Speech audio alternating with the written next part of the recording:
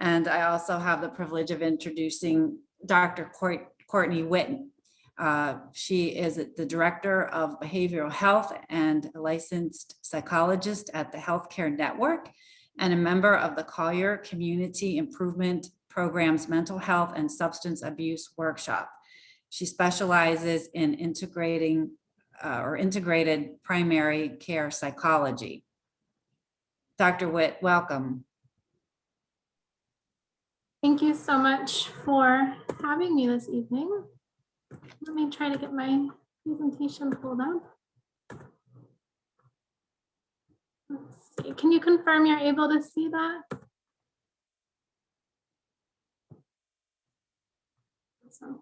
Well, thank you again. And just to kind of echo other sentiments about happy Doctor's Day. Thank you so much for your sacrifice and service for your community.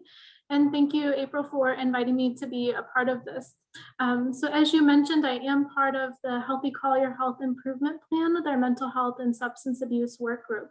So we are a multi-agency collective who set the aim of improving the number of Collier County residents or county members who are trained in mental health first aid, as well as really helping to bring collaborative and integrated care to Collier County and some of the medical practices. So today's chat and dialogue is just an extension of that aim through our conversation of honoring the behavioral health elephant in the room, some initial steps and considerations. These topics were identified by April. She thought they might be of particular interest to your team and community. So the objectives here are 1, to recognize the behavioral health manifestations and opportunities in healthcare settings, to go through some examples of routine developmental mental health and substance abuse screening instruments that can be used in the primary care setting with ease, discussing opportunities for collaborating with mental health providers, and then just generalizing some basic approaches to communicating with patients around mental health and substance use concerns in routine healthcare practice. I will try to be mindful of the time. I am a psychologist, so I talk a lot, as you can imagine, but I'll plan to leave a few moments at the end for just a quick Q&A or for anyone's just feedback or reactions or kind of additional comments and perspectives. So I try to have a policy against like cliche sayings like elephant in the room, but with behavioral health, there is really no other way to describe it because behavioral health is everything in healthcare. So behavioral health reflects the traditional mental health and substance abuse concerns that come into our exam rooms. These can be independently occurring, so a person having no other concerns but maybe an anxiety disorder or a depressive episode. They can be co-occurring with a medical condition like diabetes or hypertension or chronic pain, or underlying some of the physical complaints that a patient comes into the office discussing or disclosing, whether it's kind of dizziness or an upset stomach or restlessness, trouble sleeping, things of that nature. Behavior is absolutely required for lifestyle maintenance and change, whether stress management, improving social relationships, staying away from or quitting or reducing tobacco use, increasing physical activity and exercise into a daily lifestyle plan, and managing chronic health conditions. So being able to implement what you ask of them, implement your recommendations for managing their chronic health condition, whether it's how and when to use albuterol, whether it's how and when to check blood sugars, take medications, things of that nature. Behavioral health is an essential component of treatment engagement and adherence. So the behavior of, when our patients come to our visits, follow through with recommendations, get lab work, in the event a referral is placed, do they follow up with that referral and establish care? Behavior is how culture is transmitted and communicated and enacted, and that comes to life in the exam rooms. And behavior exists in the patient-provider or the patient and healthcare team relationship. So that might be kind of the disgruntled patient that gets a little rowdy at the front desk, or the patient that's really upset that you're not able to accommodate a walk-in, or maybe is a little bit withholding or guarded in your clinical assessment. And then, of course, there's our behavior, right? So our potentially our countertransference or reaction to a patient's behavior and what that pulls from us. Maybe it's a feeling of anger or frustration, hopelessness. I've tried everything. I don't really know what else to do to improve this individual's condition, or even that kind of hello old friend imposter syndrome that sometimes some of us may experience or kind of encounter about like, do I got this? Do I have a handle on this? So those are aspects of our behavior that also come to life in the exam rooms. And then of course, burnout, just kind of the day in, day out effect of like the really meaningful but difficult work that we do in primary or other ambulatory care, just healthcare in general. And that absolutely shows in behavior, whether it's, us being a little more impatient or kind of skirting around some documentation, or maybe not putting a referral or putting too many referrals, it comes to life. So as much as we try to maybe minimize behavior, it's everywhere and demands our attention. So a lot of the information that I'm going to present is probably familiar to you, probably won't be new information, but I think it's important to honor and just to highlight the importance of behavior and mental health from a primary care or healthcare perspective.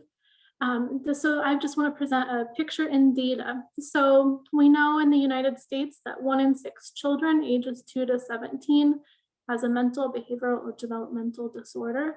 For our adolescents, 13 to 18 years old, nearly half have had a lifetime prevalence of a mental health condition. And we know that 50% of all lifetime mental health conditions develop by age 14. 1 in 5 US adults live with a mental health condition. And in the context of this global pandemic, I imagine those numbers are going to increase incrementally. And surveys and emerging research suggest that that's accurate and occurring. Nearly 4% of US youth had a past year substance use disorder, and nearly 15% of adults ages 18 to 25, and 6% of those 26 and older have a substance use disorder. Alarmingly, and I think this is something that our community has been particularly hit hard with in recent months, 80% of our youth who die by suicide saw a primary care provider within a year of their death. 45% of individuals who died by suicide had contact with a primary care provider within 1 month before their death. And typically we would think that those that have the highest level of acuity or severity of symptoms would be established with a mental health provider, and would reach out to a mental health provider when they are struggling with those thoughts. But it doesn't really pan out in terms of the numbers. So of those who die by suicide, only 20% saw a mental health provider within a month of their death, and this compares to 45% who saw a primary care provider. As high as 50% of American adults have a pre-existing medical condition. 68% of adults with a mental disorder have one or more medical conditions, and 29% of those with the medical disorder have a comorbid mental health condition. So individuals with mental health concerns have a greater likelihood of having a co-occurring medical condition like diabetes, hypertension, COPD, chronic pain, things of that nature. Up to 70% of primary care appointments stem from psychosocial issues, and more than 50% of psychotropics are prescribed by primary care providers. This is relative to 12%, which are prescribed by psychiatrists, who are like unicorns these days, and particularly in our county. Mental health and substance use concerns also contribute incredibly to the healthcare costs in this country. So out of the 21 million insured lives, 27% have mental health or substance use concerns. This 27% accounted for 57% of the total healthcare costs in a Milliman study. And of the total cost, only 4% of that was for behavioral health treatment. So the rest translated into traditional healthcare cost expenditures.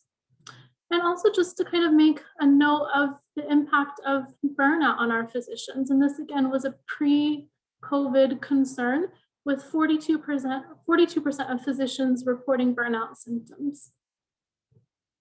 So oftentimes throughout my work with my medical colleagues, I've heard um, in fewer words that I didn't sign up to be a psychologist. I'm here to practice medicine. And I'm sure that some of you may have or may not have had that thought previously, but the truth is that we cannot escape behavior. These are our patients. These are the individuals knocking on the door. And in primary care, it really is a come as you are approach. And we work with the individuals that walk in to our practice and allow us to serve them. So it's unavoidable to not address mental health or substance use concerns.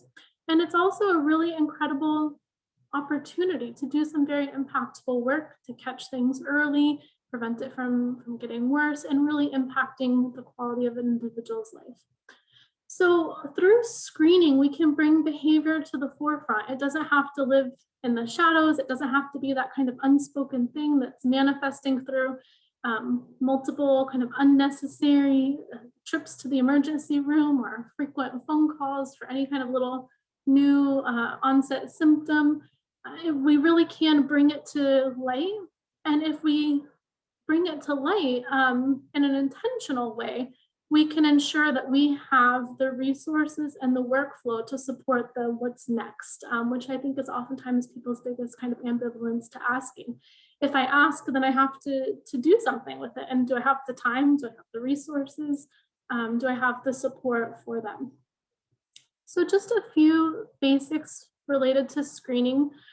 So again, screening is a red flag or just an alert of what to explore further. It's probably akin to getting a mammogram where you kind of do an initial screening, and based on the findings, then you would maybe follow up to look further, explore, to rule out any kind of concerns with breast cancer.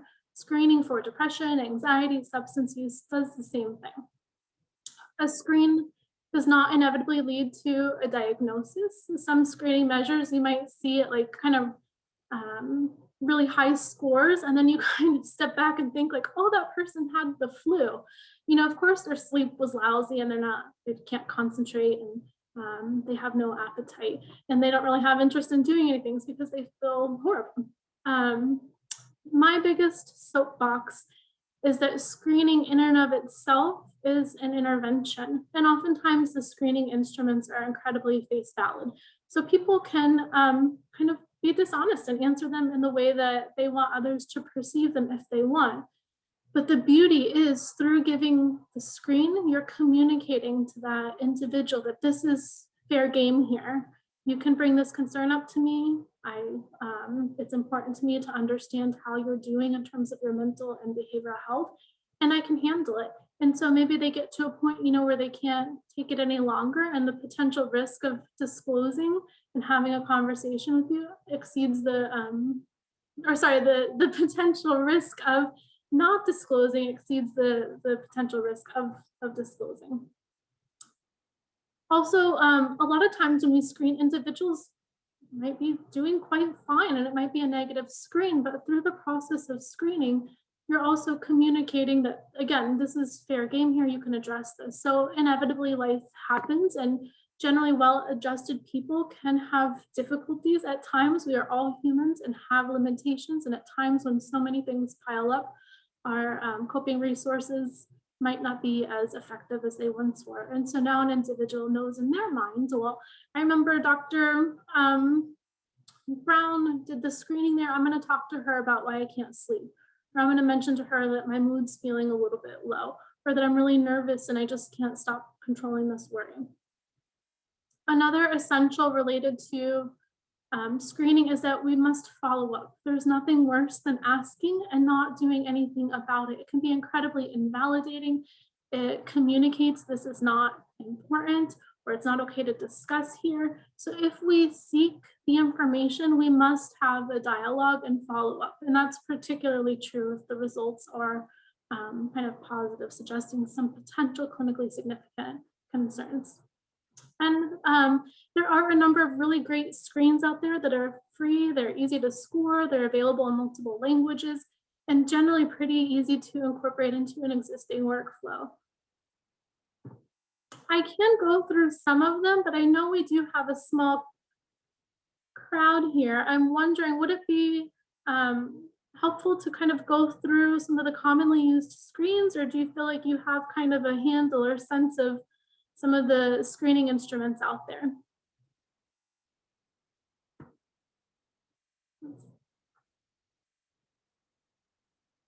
Well, I'll start going through them, but if it feels like, yeah, I got this, please just chime in, unmute yourself and let me know, or put a comment, and I'll kind of go through it at a quicker pace.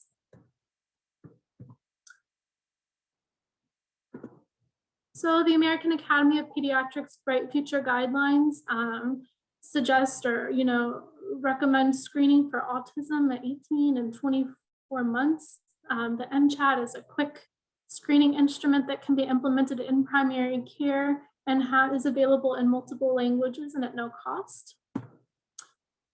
The Bright Futures also recommends psychosocial behavioral health assessment annually from newborn to 21. As children get a little bit older, it's easier to use some of these checklists and things for their parents to respond on.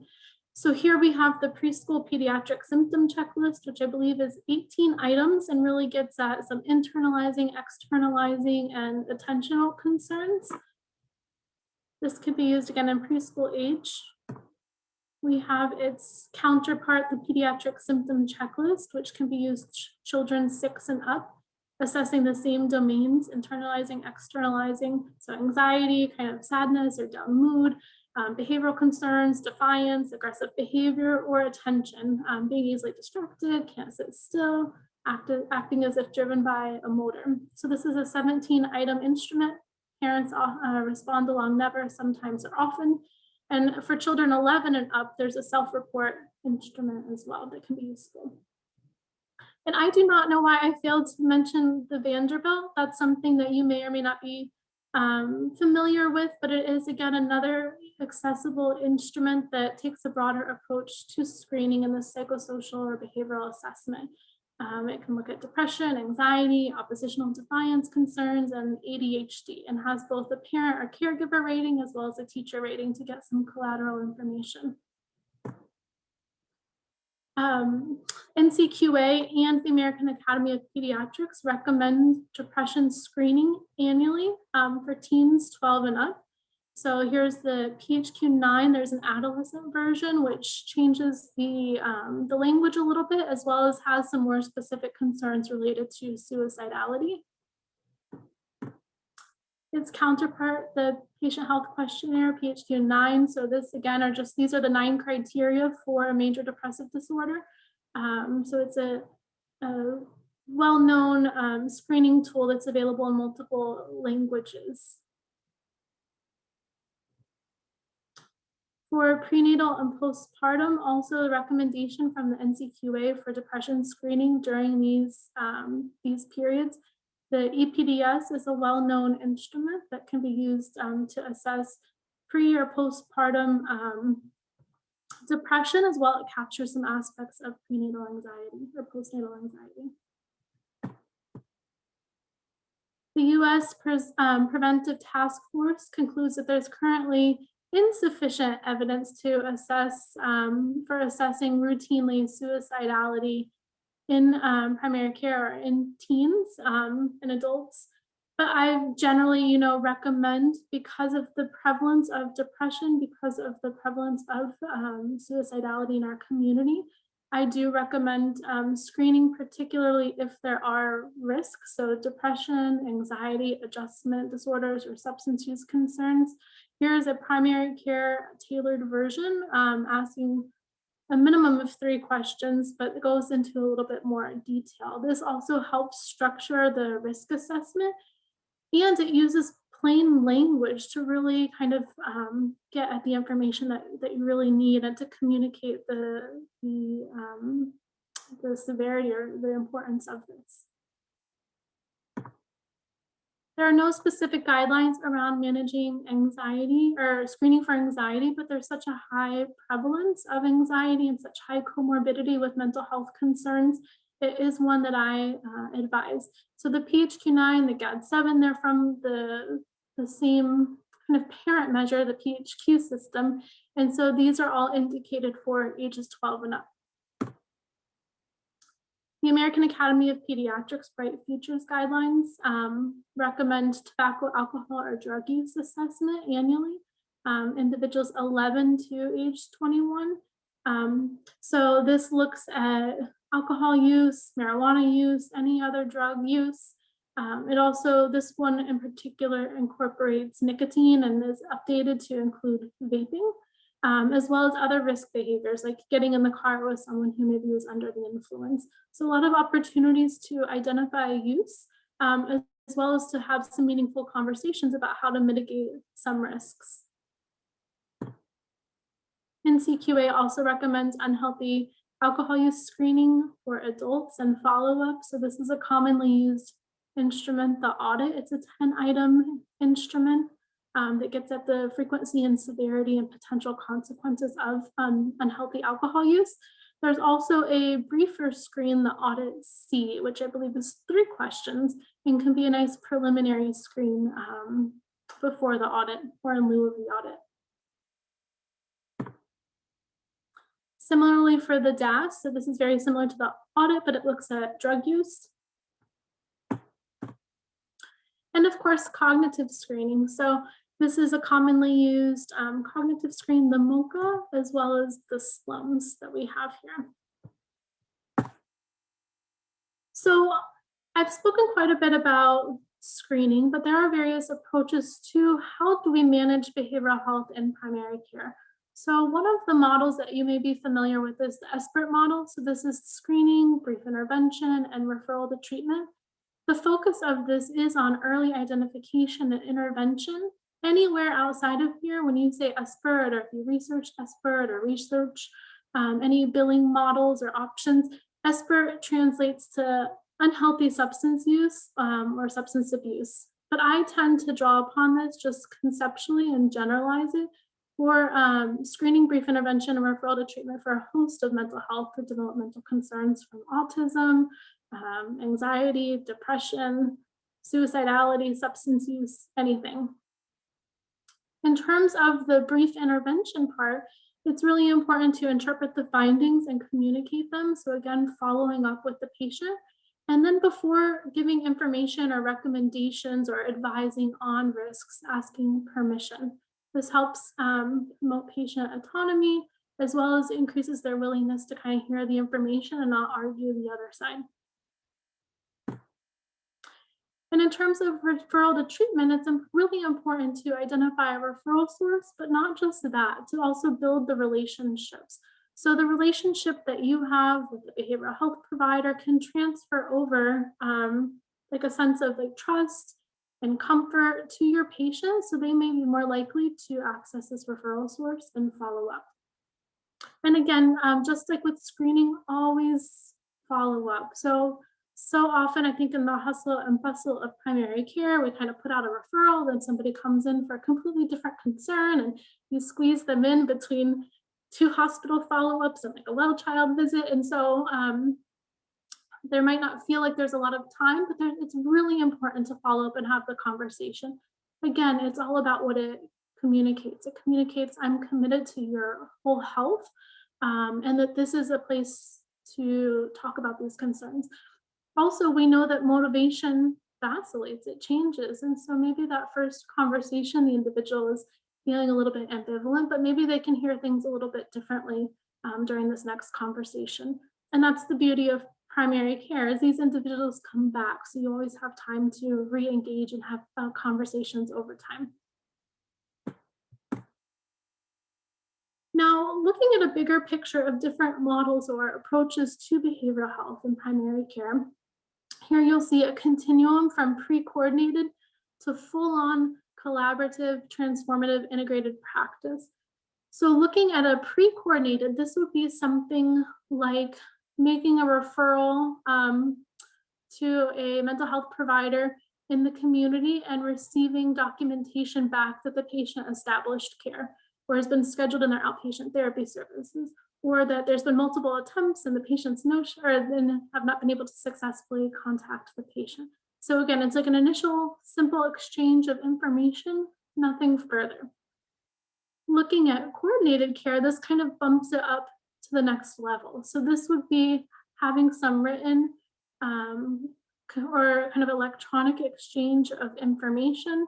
And at kind of the second level, even having some interactive dialogue on a routine or ongoing basis. So in examples of coordinated care would be, potentially getting some updated thyroid functioning labs and sending it over to the behavioral health provider and saying, thyroid levels are now normal, the PHQ-9 remains elevated, so they have that information to rule out kind of an underlying medical contribution to the symptom presentation. Looking at kind of that level 2 interactive management or coordination, an example of this maybe, let's say you refer your patient to me, I'm working with them and saying, like, they really seem to be responding well to the citalopram. There's very few side effects and no adverse reactions. And I think things are getting better, but this patient really continues to struggle with PTSD nightmares, and the citalopram is just not cutting it. So maybe kind of having that conversation, you decide to add prazosin to help with the nightmares, and you say, hey, let me know how the patient responds to it in like 2 weeks, and we'll just check in at that time. So an example of how to have this kind of ongoing collaborative dialogue. It also involves just, again, the routine documentation. So maybe you send the patient, you get the initial consult note or kind of intake documentation, as well at the end of a course of treatment or episode of care, you get the discharge summary, which highlights kind of the response in the plan. For a co-located model, so this subsumes the coordinated care components, but this actually like brings the behavioral health provider on site. So perhaps this is, arranging for a psychologist to see your patients 2 days a week in an extra office space that you have.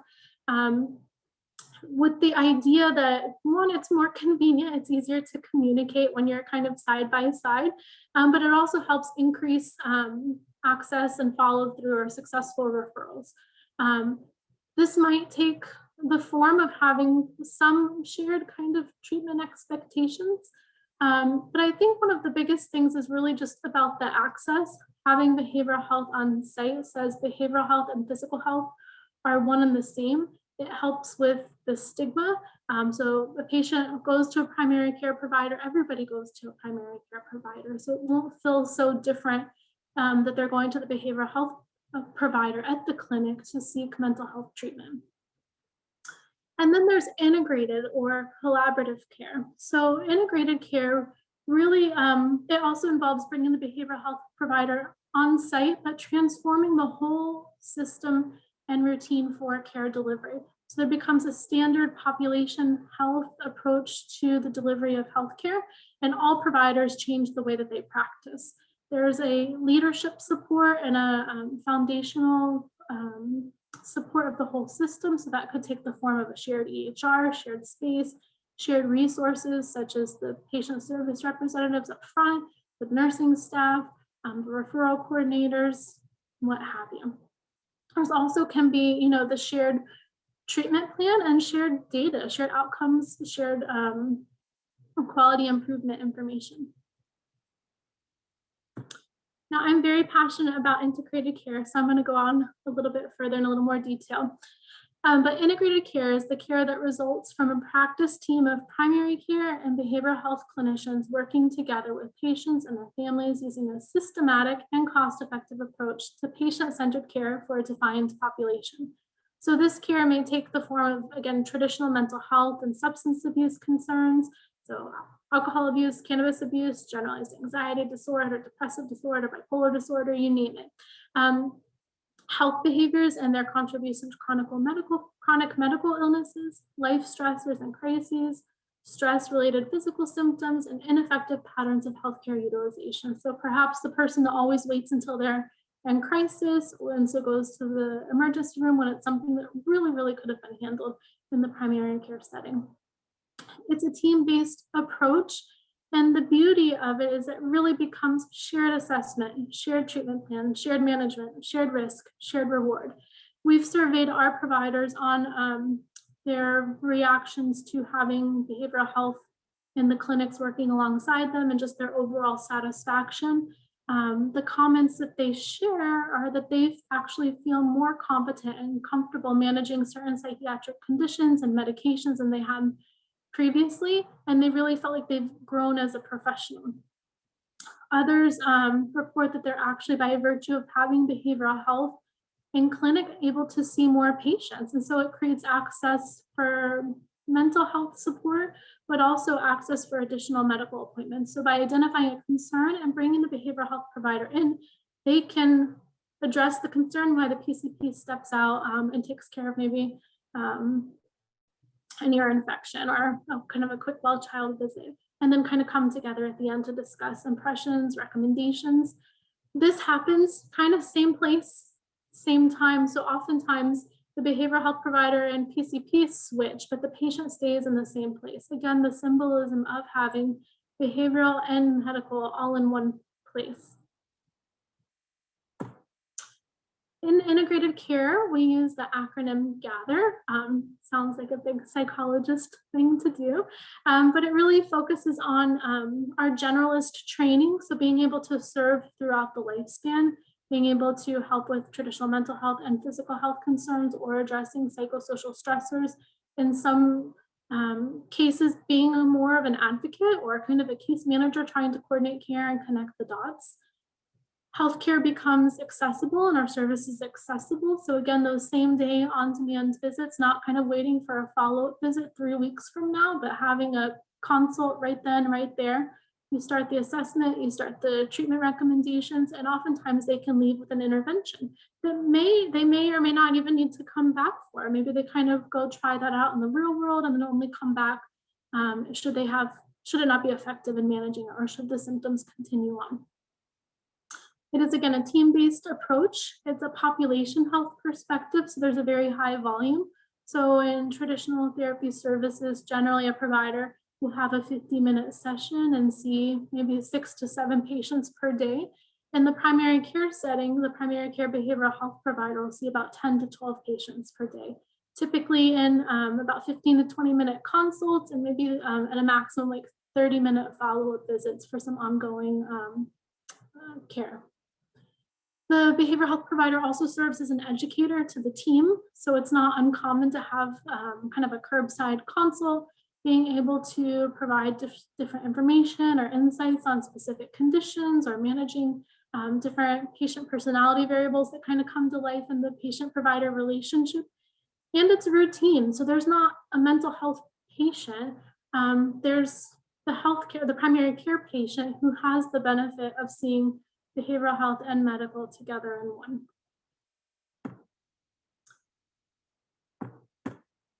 This is kind of a quick snapshot of just a day in the life or a morning in the life of a primary care behavioral health provider or consultant. So generally you'll see kind of starting with a review of kind of the daily kind of template and schedule. At its best, it's doing a morning huddle and kind of checking in and identifying cases that could benefit from a behavioral health check-in, or where there might be a potential behavioral health concern. Here, in just kind of a busy morning practice, you'll see multiple opportunities for behavioral health to intervene. So just a typical routine physical, going in to discuss life transitions and preventative care. Perhaps some of the screening results from the 19-year-old physical, maybe identify some kind of risky substance use around like cannabis and driving. So we can kind of go in and do some intervention around that.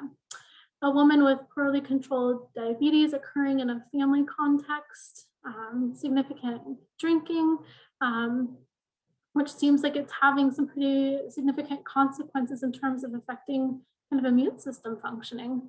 An 11-year-old with Tourette's and increasing tics, being able to go assess some of the triggering factors or a potential side effect of the medication, and giving some recommendations and some self-management strategies around managing the tics. A woman with a racing heart and frequent emergency room visits, so potential red flag for anxiety, going in, assessing it, putting a name to it, and perhaps providing some intervention to help her feel a little bit more in control of her body and more calm. So I could continue, but this is just kind of a quick overview of how this could come to life in practice.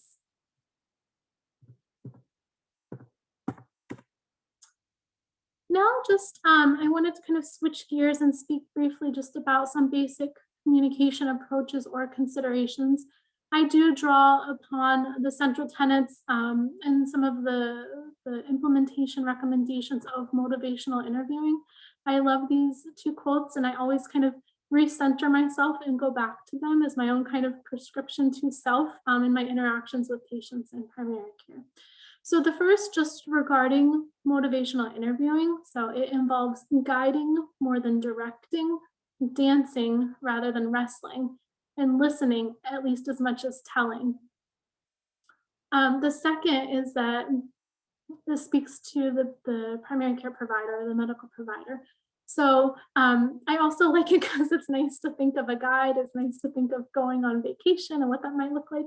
But the quote is, a guide helps you find your way. It is not within the guide's authority to determine what you want to see or do. So this really speaks about kind of our role and our limitations and what we need to kind of cue ourselves into related to the patient to get at the heart of what the basic kind of motivations, intentions, and needs of the patient are, and what our approach is in helping support them to get there. It's not always what we think in terms of the prescriptive advice or what we think is best. So I've separated this from those that are within and so within ourselves and those that are between. So between myself as a provider, you as a medical provider, and your patient. A lot of the work really is done from within before the patient even comes in to the exam room or even kind of throughout the encounter. But the first is just our ability to kind of self-reflect, thinking a little bit about what our beliefs and attitudes are around mental health and how to overcome difficult situations and persist in spite of that, what our thoughts are or attitudes around medication or therapy, and what our motivations and goals for patients are. It's important to be mindful of that and have it in the forefront of our mind so it doesn't seep in unintentionally. Adopting a compassionate, empathic mindset. So really kind of understanding that the individual coming in, that maybe that's something that you would never do, or it seems like rock bottom, but recognizing that they may be doing the best that they can do at the moment with the resources that they have. And perhaps if you had kind of the same traumatic experience and kind of coupled with a lack of social support and without financial means, perhaps too, you could understand why maybe they turn to alcohol to kind of shut it all down so that they can sleep at night and escape it. Checking our assumptions at the door instead of filling in the gaps, just pausing and waiting for them to emerge through what our patients disclose to us. Understanding that motivation and behavior are malleable, they can change, and they can also be influenced by the relationship. So the dance that we get and the way that we interact with our patients, it speaks volumes to what a patient's willing to disclose to us, to hold kind of that conversation about difficult circumstances, and to work towards coming up with a collaborative plan that fits best for them and meets them with where they're at. And also just having the understanding that knowledge is necessary but not sufficient. So kind of in a quick visit, and oftentimes, as a kind of a requirement or kind of a quality metric from our insurance of giving like anticipatory guidance on X, Y, and Z, and making sure that we address BMI at this visit and that, oftentimes that's what's prescribed of us. And oftentimes patients already know what to do. They kind of already know that something can affect them. But the point is that behavior change is really challenging. So understanding motivation, confidence, and action are key. As an example, I went in to introduce myself in our model of care to a patient. And I kind of noticed, the history of strokes and then kind of continued tobacco use. I kind of had in the back of my mind, what I thought it could be really beneficial to discuss or work on for this patient. So in anticipation of my bringing it up, the patient was like, I know I shouldn't smoke, but I'm not interested in changing it. And so my approach became one of just kind of rolling with it, right? And I'm like, well, I'm sure you're kind of already anticipating every doctor you talk to about is going to tell you all the bad things that it does for you. And she just kind of nodded. I'm like, but it serves some function if you're willing to still use it in spite of these risks. Like, help me understand what it is for you. So then she kind of opened up a little bit about stress and just some of the habit and kind of the context of some loss. And she's like, well, it's really not important for me to change right now. And I'm like, I hear that. You've got enough kind of other stuff going on, but is it okay if I give you a little information on just some ideas of things you could try if you decide at some point in the future it becomes important? And she's like, sure. So I gave her like 2 or 3 strategies. I typed them up and gave her a visit summary, and she was very agreeable to kind of take them. So just a kind of an example to show kind of that dance and how we kind of modify our approach, kind of put our own objectives to the side and really hear the patient out. So more about communication and what occurs between us. So discussing it directly. So often with mental health, we try to, or substance use, we try to just kind of dance around it. And I think our intent is, to kind of be delicate and kind of compassionate, to not say kind of the wrong thing. But I think we unintentionally contribute to the stigma by not just calling it what it is. And oftentimes patients, I find, do kind of appreciate kind of an open and frank discussion about it, and oftentimes find relief in kind of hearing that it's something that can be conceptualized, that others, there's a name for it, others experience it as well. Making sure that we maintain a non-judgmental, respectful stance. Not only do we know and recognize our own goals, beliefs, and values, but we kind of elicit the patients and get a better understanding of what's important to them. Also getting an understanding of their readiness and where they're at and changing our approach to meet that. So the example I gave shows that patient wasn't ready, but I wanted her to leave with something. So I gave her some ideas when she may be ready. So planting a seed that there could be some future change. Asking permission before giving the information or advice is very important. Again, it respects the patient's autonomy. I've never had anyone say no, so it helps them put down the wall, and I'm still able to kind of give the information. I do also try to start with asking them what they know first, so I'm kind of not repeating it. Motivational interviewing tells us a little bit that when people start to hear the case for one side, they reflexively already kind of start to argue the other side in their mind. So by being able to kind of ask permission, we let down that sense of control, and a patient comes from a little bit more of an open place for listening and having a meaningful dialogue. The other thing that I would, recommend, or I think it's important to mention, is how to always kind of orient and go back to our patient-centered approach, kind of that cost to benefit clinical framework that we've all been kind of trained within.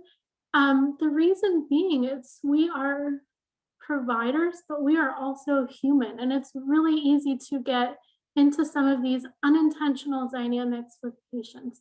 So the title I have here is actually a really great article on managing chronic opioid management. It's titled Police Officer, Deal Maker, or Healthcare Provider. So providers managing patients seeking opioid medications may find themselves in kind of that police officer role, right? Where you're kind of trying to dig through the chart, checking the prescription, monitoring, kind of counting out the pills or kind of different milligrams in your mind, with the ideas like, I'm going to catch this person, right? They're trying to kind of pass one over on me, or, maybe they're kind of selling this down the street. So that's one approach. The other becomes that like deal maker. So maybe the patient asks for like X milligrams of whatever kind of narcotic, and you say, no, I can't go that high. But even though maybe the narcotic's not what you would recommend, human nature, we try to kind of make deals to make things a little bit more agreeable. So maybe instead of giving a non-narcotic, it becomes giving a narcotic at a lower dose. So this, what's really important is that we maintain grounded, and even though there's those dynamics that patients can elicit from us and we can kind of tiptoe into or fall into, being able to reorient ourselves and focus on that patient-centered framework and really looking at the cost to benefit, the risk to benefit here, and letting that inform the decisions. Just another really important thing, and I think this speaks to empowerment and the installation of hope. but discussing conditions as symptoms, not personal quality. So if we use language like, you're an alcoholic, for instance, that makes someone sound like that's a stable trait. And so what room will we have to kind of influence any change there? It also really pathologizes an individual. So being able to discuss conditions as symptoms can do a lot of room to kind of honoring and respecting that individual, as well as move treatment along towards kind of reducing those symptoms or problematic substance use in that example. And I feel like I went through that really quickly, and I promised to leave time for questions, and we are approaching the end. So let me just say I have a few resources here that you might want to check out for more information on integrated care or other collaborative care models.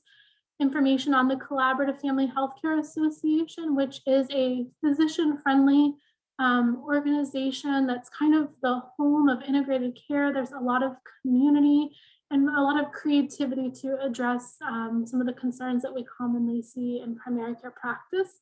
And of course, mental health first aid. Oftentimes it can be things as providers we already know, just like traditional kind of basic life support. But if you do plan on doing screening or providing any supportive intervention in your practice, making sure that everyone at all levels of your healthcare team are kind of trained in recognizing signs and symptoms of mental health concerns and have a compassionate, kind of trauma-informed approach to addressing it. Thank you so much. I appreciate it. And I'll take any questions. Dr. Witt, thank you.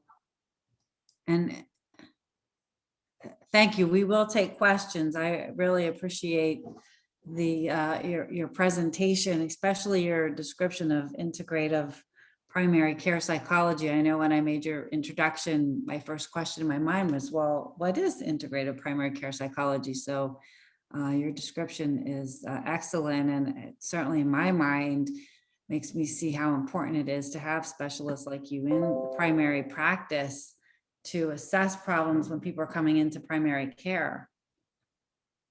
Absolutely. It can be such a meaningful and really important opportunity. And like the whole thing is that you have this existing relationship. And so through that relationship, it does extend to the behavioral health provider right there on site. And so somebody that may be reluctant to go anywhere else, you capitalize on that moment and really plant a seed of something really meaningful for them that can improve their quality of life. Do you find in your experience that being affiliated with a primary practice that the primary clinicians that might be more open to asking their patients about their concerns, might be more able to identify those patients that then can get benefit from your care? Absolutely. You do see an evolution, especially for those that have never had the experience, to those that have kind of had the opportunity to work alongside. You do see an evolution of comfort and recognition. And I think it helps too to know that oftentimes people are afraid to ask because like, what am I going to get? And then what do I do with it? And I'm not trained for this, or, I want to help, but I don't want to say the wrong thing, or I want to ask, but like, I'm already 3 patients behind, Mm-hmm. And so that people feel more comfortable when they have the skill, they know what to say. They also know they can, provide an empathic response and say, thank you for bringing that up to me. I want to help you. And that's why I'm going to bring, Dr. Witt to come in and discuss like, some strategies so that you can start feeling better. Mm-hmm. Absolutely. Does anyone else have any questions or any comments?